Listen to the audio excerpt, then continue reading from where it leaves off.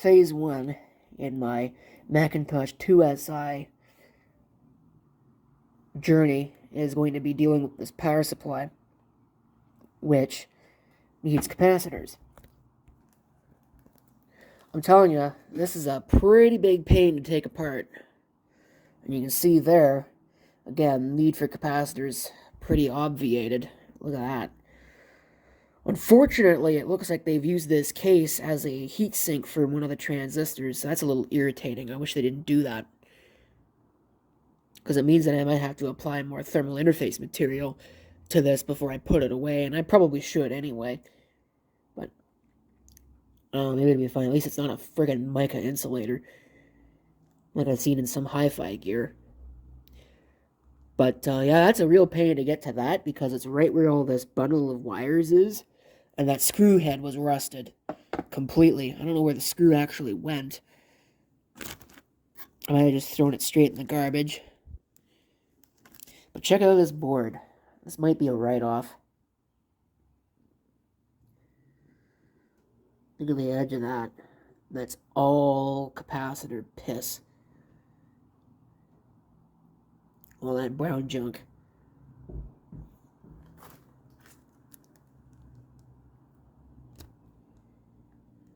So this is going to need a good cleaning. The fuses are good, but all these caps are bad, at the very least. Fortunately, it looks like, taking a look at this, there are no refas, which is good. So I don't have to replace any of those. I don't know what this is, but yeah, I don't think that's a refa. That's a capacitor. Alright, next cap. But the refas are pretty well known. They have a distinctive appearance, but look at the underside of this board. Again, all that brown crap is capacitor electrolyte. Look at this. I want to reiterate here that this power supply worked. Now, of course, that was a while ago. I've had these 2SIs for at least half a year. But, yeah, like I said, this might just be a write-off.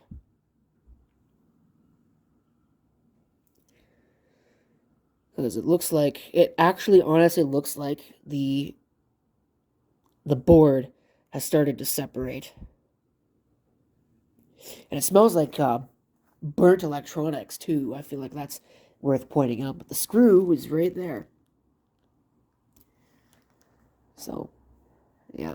The biggest pain, of course, is getting these things out. So I got two Macintosh 2SIs, so I got two of these power supplies. So I guess I'm going to be grabbing the other one. And I'm going to see what kind of condition it's in. Hopefully it's in better shape than this one. Because if it is, I can clean that one up and recap that one. And then this can just go in the electronics recycling pile. Because I don't think this can be saved. I think this is too far gone. Well, here's the power supply out of the other 2SI. As you can see, I've got one down there. And there's one sitting over there. That's one over there is the one that I just pulled the power supply out of. And, wow. That looks like that's in good shape. Is that? Yep, that's exactly what I thought that it was. That's capacitor crap. Looks like baby poop. Icky. So that's going to be fun to deal with. I may have to salvage the connector off of that one. Because the connector, believe it or not, the connector on this one's okay. I mean, it's not great. You can tell that it's definitely got a little bit of that gunkage going on, but it's not as bad as this one. Let's try and get this power supply apart and see how bad it is. Alright, let's have a look at this chassis here. There's a floppy drive. Wow. Dirty. So that's going to be fun. Gonna have to clean that. It's missing the SCSI. And let's see. Capacitor leakage. Let's take a look. Yeah, I see some there. You see that on that transistor. I guess that's not terrible. There's a lot of dirt in this. Let's see, is that leaking? Nope, that one looks okay. Can't tell what that one is. But, let's get that cobweb out of the way. Yep, there's a little bit of leakage there. Probably a little bit of leakage around that one. So all of these are no good. I mean, that's a given at this particular juncture in time. There's actually some corrosion on that little connector right here. This thing. This connector here, the plastic one for the power supply, I don't know about that. Like that, you might be able to get away with cleaning that, but I kind of doubt it. It's got all the memory in place. So, definitely a recap candidate. You know, you wash the board and clean it up. Other than that, it might be alright. And I'd be willing to at least fire that board up without cleaning it and recapping it just to see what it would do, at the very least. But I do know that it will need caps because you can see the corrosion right there on some of this stuff here. So, this processor, 25 megahertz, 68030. Okay, here's the other one. There's the connector, which looks a lot better, considering the capacitors didn't jizz all over the place. But this board is full of corrosion. Look at all that. Again, probably all capacitor leakage. Did not have a leaking battery. So, yeah, there's a whole bunch of it here. There's a whole lot of it over there. So I think this board is probably done for. I mean, somebody probably could get some use out of it. You could probably clean it up and go again, but I think I'd much rather use the other board. This, interestingly enough, looks like it's got a 20 megahertz 68030 on it. So I don't know. I must just be reading that part number wrong. Because I don't think they made two different versions of this. They're both Macintosh 2SIs. Let's see, what state's the floppy drive in on this? Yeah, it's stuck closed. Well, at least it tried to eject. It's not like the one in the 2, but you can tell that's very gummy. So that's going to need to be cleaned up. Hard drive here. Don't know who actually manufactured it, because it was almost certainly was not Corporate Systems Center. 245. I would say Connor Peripherals if it weren't for the fact that that's got a solid top on it. So I don't think that's a Connor Peripherals drive, but it's also Slimline. My initial thought was Maxter, but I don't know. Of course, both of these systems have the riser here, and this riser is going to have bad caps on it too. Yeah, you can see there's one up there. That might be the only one on this entire board, but this has got the 68882 on it. So, the new bus adapter. Nice thing to have. I've got two of them. I don't remember which one it was, but one of them actually came with a card. It's sitting around here somewhere. I think it's a video card, but not 100% sure. Of course, I got to get these going before I really do any real work with them. So, I haven't really decided yet if I'm going to go and recap one of the power supplies, or if I'm just going to see if I can find a recapped power supply on eBay or something, or somewhere else. The problem is that eBay prices for things are kind of ridiculous, and I already threw almost $200 at that M5000. I don't know how much I want to throw at one of these. I'd like to get one of them working, though. So, of course, there we are. We've got these two Macintosh 2SIs. One of which looks like it's in reasonably passable condition, but it's got capacitor leakage on it. Definitely. And a power supply that was basically destroyed. I mean, you saw them earlier. The other one, I set this down here. The other one, well, it's in far worse condition. You can see there's corrosion everywhere. Was it that one or was it this one? I know one of them's got corrosion all over it. No, it's this one. You can see the blue all over that 85C80 right there. Both of these are probably very fixable. I'm sure there's nothing really wrong with them. You take the board out and you clean it with isopropyl alcohol. Now, there's some purists out there who will tell you, do not use isopropyl alcohol. Always use I think it's called RC Clean or something. Don't bother. You're wasting your time, you're wasting your money. Isopropyl alcohol works just fine. And if you want to say otherwise, well, then you could start arguing with a lot of the industry that uses isopropyl alcohol. So, don't bother with the highly expensive methodology of doing it. Oh, it's a pay-to-play. Don't buy into what a lot of these purists are saying because they're wrong. It's just that the audio files, they're audio files of the Macintosh computer world is basically what it is. They have no idea what they're talking about. So, anyway, this will need to be recapped, at least one of these, because there is one capacitor there that's going to be bad. But I can recap these. I probably have the capacitors in stock, but I don't have the time. You know? I'm only just getting to this now, and it's Sunday. I've got too many things to work on. So what do you do when you can't win? You cheat. So what I've got over here is another one.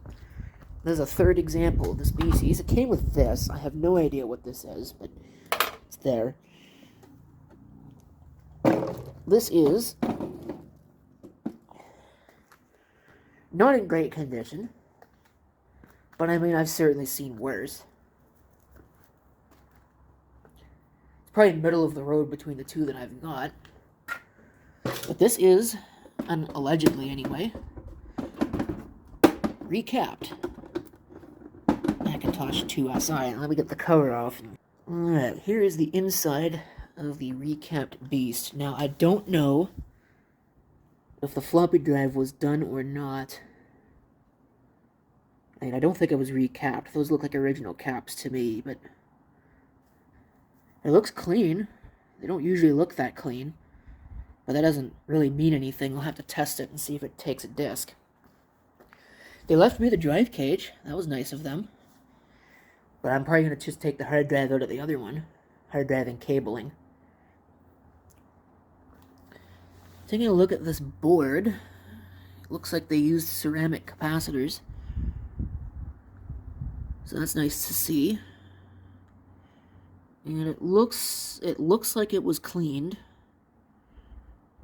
Might be a little bit of flux there, but or that's what they're talking about when they tell you not to use isopropyl alcohol, I suppose, when it leaves those streaks behind, but it's not like it's going to do anything. And you could clean that off if you really wanted to, and if you actually knew what you were doing. You clean that off. This does not have the new bus adapter, which is why I want to get one of the new bus adapters in here. And I'd preferably take my blanking plate off of the good case and put that in the back, because I don't have anything to install in there right now. I did get this video card here with one of the units that I can't figure out anything about. Modem Mac 2 video adapter. I have no idea what that means, but it looks like it has a TTL output, as well as the traditional Macintosh output. Kind of neat. But taking a quick look at this, I don't see anything wrong. Now the power supply is the big one. If you look at this connector here, that looks like that's pretty clean. How about the actual power supply itself? I can still see a little bit of evidence of capacitor juice on that. Did they recap it? That's my question. Kind of hard to tell. Not that this will actually focus on that. But those, yeah, those don't look like original capacitors to me. I think the originals were brown. Some of them were blue. So I think this was recapped. So that's good. Saves me a little bit of work. Because I have a cap kit to do one of these. And I was thinking about just doing one of them anyway. But obviously with the condition of the boards,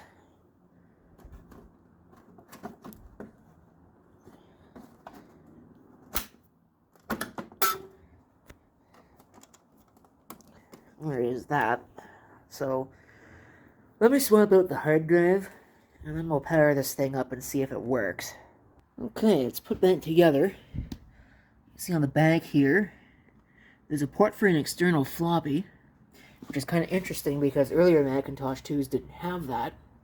Or at the very least, my Macintosh 2, and I believe the 2X and the 2FX don't. But of course, those can have 2 internal floppy drives. There's internal video, which is good. Although you certainly could add a video card if you wanted to. SCSI, 2 Apple serial, one of which is GeoPort compatible, and the speaker and microphone, as well as the lock and the power switch. So, moment of truth, folks. Let's see if this does anything.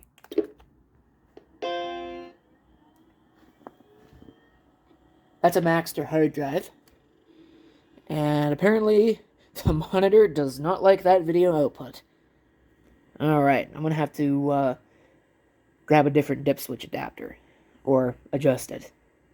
Okay, I found a combination that seemingly works. 1467. It's in mode 5. 13-inch RGB. This monitor will actually support that. The 2SI, I believe, is one of the machines that allegedly requires specific Apple monitors, so it makes sense.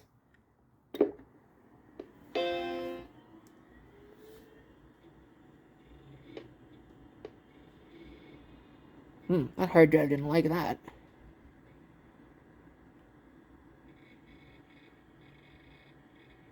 But yeah, we're booting into something. Starting in monochrome mode. Oh, it actually is in monochrome mode. Huh. Interesting. What version of the Mac OS is this? This disc came out of a 2SI, no? Yeah, 701. Kind of intriguing that it's running in monochrome mode. Unless maybe the monitor just doesn't like the color synchronization, which is possible. That is like a 340 megabyte hard drive, 320 megabyte. Now it says HD 320, so probably 320 megabytes. This mouse is not really working. Moving sale poster.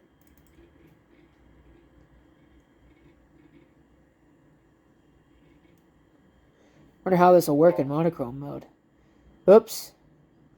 Professional color toolkit must be installed for color-corrected Pantone registered trademark printing. I probably said that wrong, and somebody will cane me in the comments for doing so.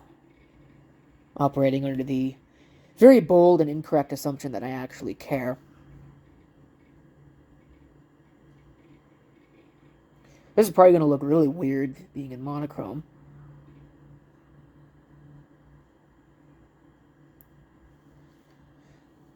Oh, look at that. Yep, this mouse is not really working. Pentium PC? Huh. And of course a Macintosh 2SI. I don't know why that garage light just turned on. Maybe because the box is sitting in front of it that this was in. But this seems to be working. So that's cool. I'm not sure why it's booted in monochrome mode, but I wonder what's in the trash. Utilities. Oh, there's some stuff in there too. Alright, so through some careful diddling, I have figured out this floppy drive is no good.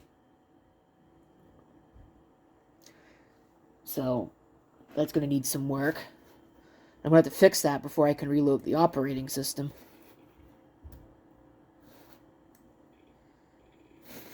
Yeah, this is probably, this would have been running at a higher resolution.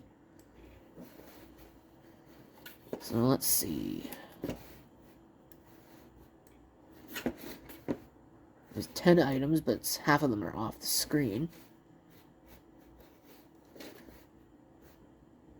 There should be a way to resort these. At least I thought.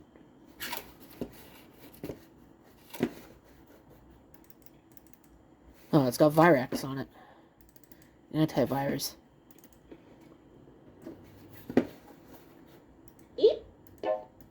That speaker is really loud.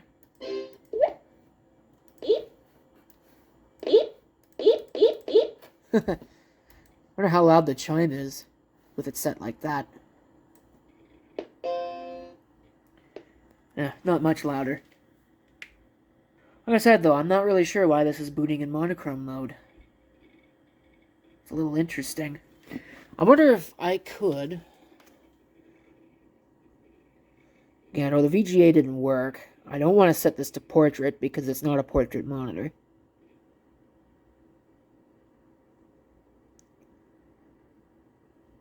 I might try experimenting with a few other things here. Alright. Went ahead and I upgraded the RAM. This is the RAM that was originally in this machine. You can see there, this is 80 nanosecond memory. So this now has 8 megabytes in SIMs, plus 1 megabyte on board, for a total of 9 megs.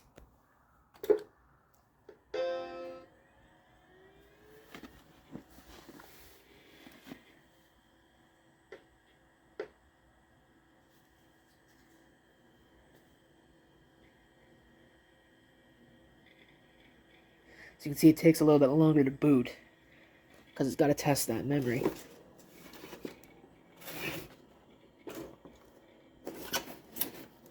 My mouse.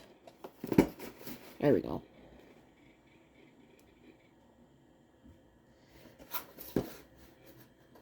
So what I imagine probably happened with this, which is actually that one right there, the one that's to the left, is somebody bought this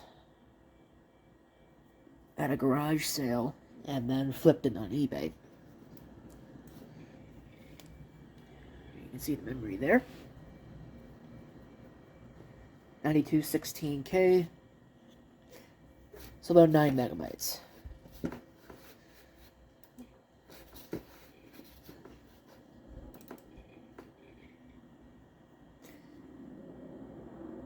has disk doubler on it. At least that's what it looks like.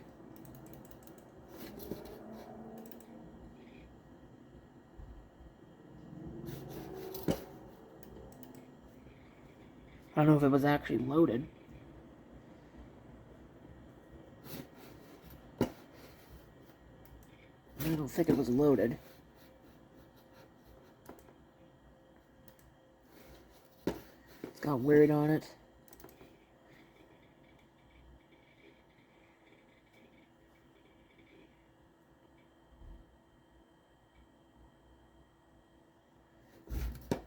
Don't know who Laura is. Word version 4. There's no recent documents list. Maybe that's a good thing, I don't know.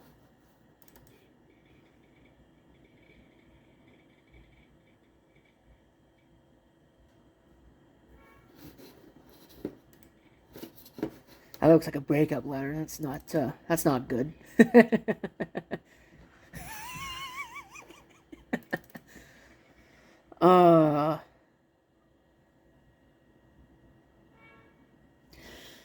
It just goes to show you can find just about anything on these old computers.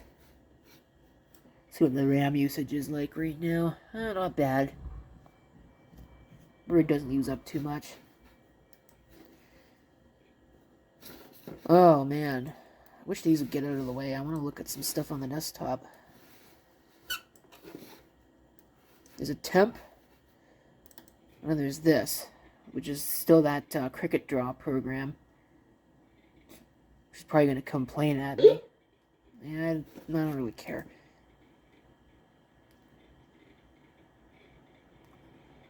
So,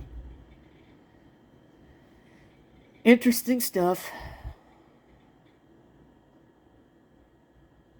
I guess this is probably something that they would hang as a banner. Kind of makes me wonder. Kind of too bad that didn't get the printer with it. See how much memory that program uses. Come on, mouse, do your job. A little bit more than Word, but not much. Anyway, I think I'm going to go ahead and close this out. It's working fine. So now I have a working 2SI to add to my steeple of Macintosh computers. I may fix one of the other ones, I may not. I haven't really decided yet. But for now, that's pretty much it for this.